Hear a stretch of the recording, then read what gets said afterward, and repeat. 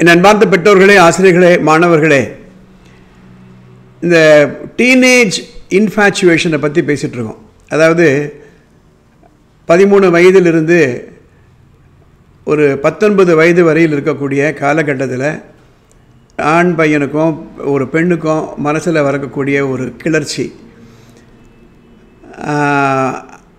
அது அவங்க எந்த விதத்தில் பாதிக்கப்படுறாங்க, அவங்க படிக்கக்கூடிய காலத்தில் மனசு சிதற விட்டு அதன் காரணமாக அடுத்து வரக்கூடிய 5 ஆண்டுகள் 10 ஆண்டுகள் தங்களுடைய காலத்தை எப்படி வீணெடுத்து விடுகிறார்கள் என்பதை பற்றி தான் இப்போ நம்ம பேசிட்டு வரோம். இதில் ஒரே ஒரு விஷயம் நான் சொல்லுவதுண்டு, ஒவ்வொரு காலகட்டத்திலையும் ஒரு பிரச்சனை ஒன்று உண்டு. குழந்தையாக இருக்கும் பொழுது சில பிரச்சனைகள் உண்டு. அதாவது எது செய்யலாம் எது செய்யக்கூடாது அப்படின்றத 100க்கு 100 பெற்றோர்கள் தான் பார்த்துக்கணும். குழந்தைய கீழே விட்டோம்னா அது வாயில் என்ன வேணால் போட்டுக்கும், அதுக்கு தெரியாது. Because the child is experimenting. The child is so curious to know what is around. அது கீழே விழுந்திருக்குது சாக்லேட்டா இல்லை புழுவான்னு தெரியாது. வாயில் போட்டதுக்கு அப்புறம் தான் அதுக்கு தெரியும். தான் தொடக்கூடிய ஒரு பொருள் ஒரு குளிர்ச்சியான ஒரு பொருளாக அல்லது ஒரு சூடான பொருளாக தெரியாது. தொட்டப்புறம் தான் அதுக்கு தெரியும். அந்த அனுபவம் வந்த உடனே மறுபடியும் அது தொடாது. ஒரு எறும்பு கட்டெரும்பு போகிறது அப்படின்னா அந்த குழந்தை உடனே அந்த கட்டெரும்பை எடுக்க பார்க்கும். இளங்கன்று பயமறியாதுன்னு சொல்லுவோம். அந்த கட்டெரும்பு கடிச்சதுக்கப்புறம் அந்த கருப்பு நிறத்தில் எது இருந்தாலும் தொடாது. அப்போது எந்த அளவிற்கு பெற்றோர்கள் இந்த குழந்தைகளை ஜாக்கிரதையாக பார்த்துக்கணும் அப்படின்றது இந்த பெற்றோர்களை பொறுத்து தான். அதாவது we should ensure that the environment is safe. அப்படி இந்த குழந்தை வளரும் பொழுது ஒவ்வொரு பருவமாக வளரும் பொழுது பலவிதமான பிரச்சனைகள்லாம் வரும். அந்த பிரச்சனைகள் பள்ளிக்கூடங்களில் வெளியிடத்தில் வரும்பொழுது அதுக்கு பொறுப்பு அந்த குழந்தைகளால் ஏற்றுக்கொள்ள முடியாது. ஏன்னா அதுக்கு உண்டான அனுபவம் கிடையாது, அதுக்கு உண்டான மனப்பக்குவம் கிடையாது. அப்படி பார்க்கும் பொழுது இந்த டீனேஜ் வரும்பொழுது என்ன நடக்குதுன்னா, அந்த குழந்தைகளுக்கு உடலுக்குள்ளே சில மாற்றங்கள் வருது. அந்த குழந்தைகளை அப்பாற்பட்டு வெளியில் இருக்கக்கூடிய சூழ்நிலையில் பல மாற்றங்கள் வருது. அந்த உடலுக்குள்ளே வர மாற்றங்கள் என்னென்னா ஹார்மோன்ஸ், பியூபர்ட்டின்னு சொல்லுவாங்க. வயதுக்கு வருவாங்க பெண்கள், அந்த வயதுக்கு வருவாங்க. ஆண் பிள்ளைகளாக இருந்தாலும் அவங்களுக்கும் ஒரு மெச்சூரிட்டின்னு ஒன்று உண்டு. குரல் மாறும், மீசை விளர ஆரம்பிக்கும். இதெல்லாம் அந்த டீனேஜ் வரக்கூடிய ஒரு நிகழ்வுகள். அந்த நேரத்தில் எமோஷ்னலாகவும் அவங்க பாதிக்கப்படுவாங்க. அந்த நேரத்தில் யாரை பார்த்தாலும் அழகாக தெரியும். இது காதல் அப்படின்னு நினச்சிப்பாங்க. இது காதல் அல்ல, மோகம். மோகம் 30 நாள் சொல்லுவாங்க, ஒரு பழமொழி உண்டு. அந்த மோகம்ன்றது கொஞ்ச நாள் தான் இருக்கும். ஆனால் அது கொஞ்ச நாள் இருக்கக்கூடிய இந்த மோகத்தை பர்மனெண்ட் நினச்சிக்கூடிய ஒரு மனப்பக்குவம் இல்லாத நிலையில் இந்த குழந்தைகள் இருக்காங்கன்றதை நாம் புரிஞ்சுக்கணும். அது மட்டுமல்ல, வெளியில் நமக்கு இருக்கக்கூடிய பல நிகழ்வுகளை நம்ம கொஞ்சம் ஆராய்ந்து பார்க்கக்கூடிய ஒரு மனப்பக்குவம் வளர வளர தான் வரும். ஆனால் அந்த நேரத்தில் வராது. இதை நம்ம கொஞ்சம் புரிஞ்சுக்கிட்டோம்னா இதனால் வரக்கூடிய விளைவுகள்லேருந்து நம்ம குழந்தைகளை காப்பாற்ற முடியும். நான் ஏற்கனவே சொன்னேன், இந்த 13 வயதிலிருந்து 19 வயதில் இருக்கக்கூடிய இந்த டீனேஜ் என்ற காலகட்டத்தில் மனசிதறல் வந்தாச்சுன்னா எப்படி நெல் அந்த பால் கட்டும்பொழுது ஒரு காற்றோ அல்லது ஒரு மழையோ வந்தால் அதெல்லாம் அப்படியே ஒரு கருக்காவாயிடுமோ, அது மாதிரி வாழ்க்கையே போயிடும்.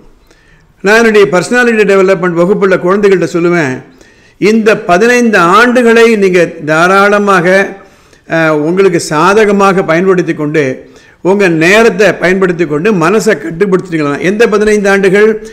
6 வயதில் ஆரம்பித்து 15 ஆண்டுகள். ஏன்னா 6 வயசில் தான் அவரை குழந்தை கொண்டு போய் நம்ம ஃபஸ்ட் ஸ்டாண்டர்டில் சேர்க்குறோம். அந்த 15 ஆண்டுகள் நீங்கள் ஜாக்கிரதையாக பார்த்துட்டிங்களன்னா அடுத்த 85 ஆண்டுகள் காலம் உங்களுக்கு பயனுள்ளதாக இருக்கும். அந்த 15 ஆண்டுகள் கோட்டை விட்டால் 85 ஆண்டுகள் காலி. இதை எடுத்து சொல்லணும், தினம் எடுத்து சொல்லணும், எடுத்து சொல்லணும். ஏன்னா ஏற்கனவே சொன்னேன் நான், இன்றைக்கு 9வது வகுப்பிலிருந்து அந்த ஹியூமன் ப்ரொடக்டிவிட்டி சிஸ்டத்தை சொல்லி கொடுத்துட்றாங்க. ஏன்னா இதெல்லாம் தெரியாத பொழுது எது குட் டச்சு எது பேட் டச்சு அது பசங்களுக்கு தெரியாது. விபரீதமான விளைவு வந்த பிறகு தான் அந்த பெண்ணுக்கே தெரியும் தான் தப்பு பண்ணிட்டோம் என்று. இதில் முக்கியமாக நம்ம என்ன செய்யணும் அப்படின்னா, இந்த ஏஜில் தான் நம்ம குழந்தைகளோட அதிக நேரம் நம்ம பேசணும். ஒரு பெண் குழந்தையாக இருந்தால் என்ன ஆகும், நல்லா பேசிகிட்டே இருப்போம், கலகலகலன்னு பேசிகிட்டே இருப்போம், அப்பா அம்மாவோட பேசிகிட்டே இருப்போம். அந்த ஒரு 12 வயசு 13 வயசு வரும்பொழுது பேசத்தே நிறுத்திடுவோம். நாம் நினச்சிட்டு இருப்போம், என்னெல்லாம் நல்லா பேசிகிட்டு இருந்தா இப்போ பேசுறது இல்லை அப்படின்னு நம்ம சொல்லுவோம். இது இயற்கை. அப்போ அந்த குழந்தைகளுடைய வெளியில் சொல்ல முடியாத சில டயலாக்ஸ் எல்லாம் உள்ளே வந்துக்கிட்டே இருக்கும் அந்த குழந்தைக்கு.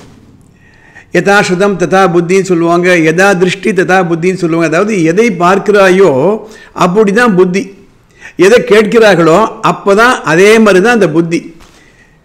இந்த நேரத்தில் அவங்க எதை கேட்குறாங்க எதை பார்க்குறாங்கன்னு நாம் பார்க்கறது கிடையாது, நமக்கு எடுக்கிறது கிடையாது.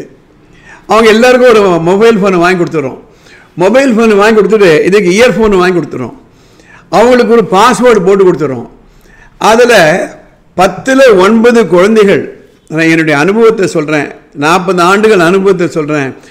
அந்த மொபைலில் யூடியூப்பில் நல்ல ஒரு சயின்ஸை பற்றியோ ஃபிசிக்ஸை பற்றியோ உலக நடப்புகளை பற்றியோ அவங்க பார்க்குறாங்க. நம்மளையே ஏமாற்றிக்க வேணான்றேன். எதை அட்ராக்ட் ஆகும் அப்படின்னா சினிமா பாடல்கள் தான் அட்ராக்ட் ஆகும். அந்த சினிமா பாடல்கள் ஒரு 40 ஆண்டுகளுக்கு முன்னாடி இருந்த பழைய சினிமா பாடல்களை இப்போ நீங்கள் கேட்டு பாருங்கள், அந்த வரிகள் எல்லாம் பாருங்கள்.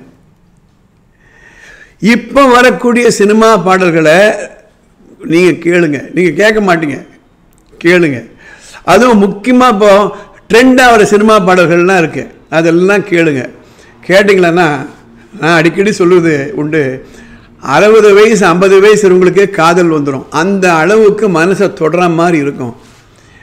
இவங்க இந்த இமேஜினேஷன் என்ன ஆகும்னா, அந்த பாட்டு பாடுறாங்களே அந்த ஹீரோ அந்த ஹீரோயின் இடத்துல தன்னை வச்சு அவங்க இமேஜின் பண்ண ஆரம்பிச்சிடுவாங்க.